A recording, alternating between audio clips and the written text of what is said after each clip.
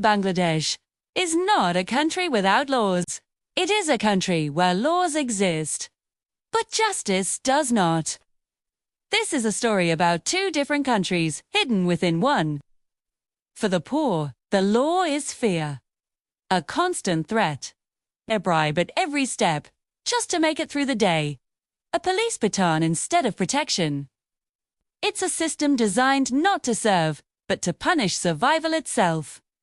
Sure, you see it in the eyes of the rickshaw puller, the garment worker, the family living in the slum. They don't see the law as a shield. They see it as a weapon pointed directly at them. Then there's the middle class. For them, the law is an endless, agonizing delay. It's a maze of bureaucracy where justice gets lost. Cases drag on for years, sometimes even decades, buried under mountains of dusty files in understaffed courtrooms. Justice isn't about right or wrong. It becomes a commodity. It requires money you don't have, connections you can't make, and a level of patience that would exhaust dissent.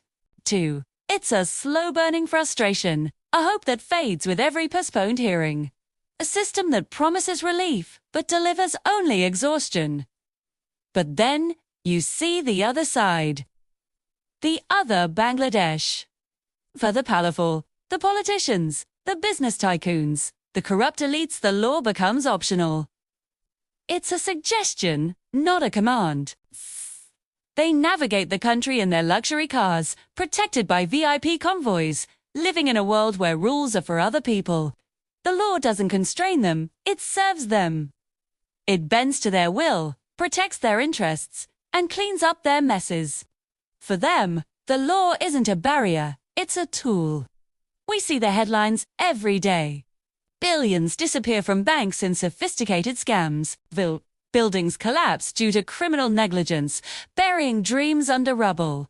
Pedestrians are run down on the streets by reckless drivers who face no real consequences. Public money, meant for schools and hospitals, vanishes into thin air. Accountability. It disappears even faster. Investigations are launched with great fanfare, only to fade into silence. Reports are written, only to gather dust. The message is clear. If you are powerful enough, you are untouchable. This is the poison that seeps into the soul of a nation. When the law is so blatantly unequal, people stop trusting the state. They stop trusting the police, seeing them not as protectors but as enforcers for the rich. They stop trusting the courts, believing the scales of justice are permanently tipped. And most dangerously, they stop speaking up. A culture of silence takes hold, where people learn to keep their heads down, to not make waves. Because they know the system is not built for them.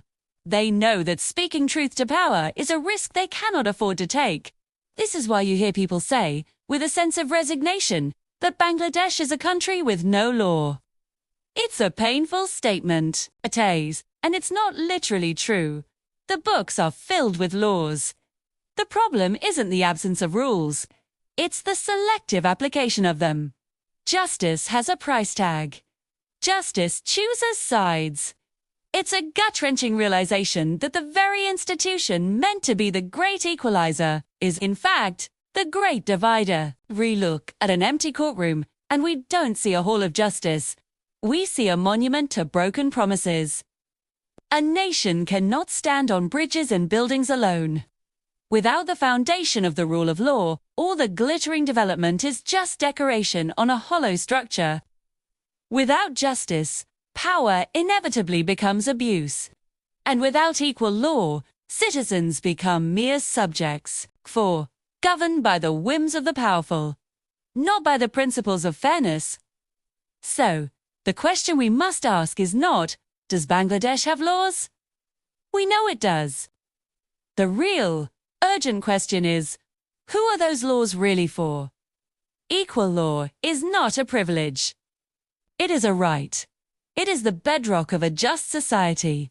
And until that right is guaranteed for every single citizen, the dream of a truly golden Bengal will remain just that, a dream.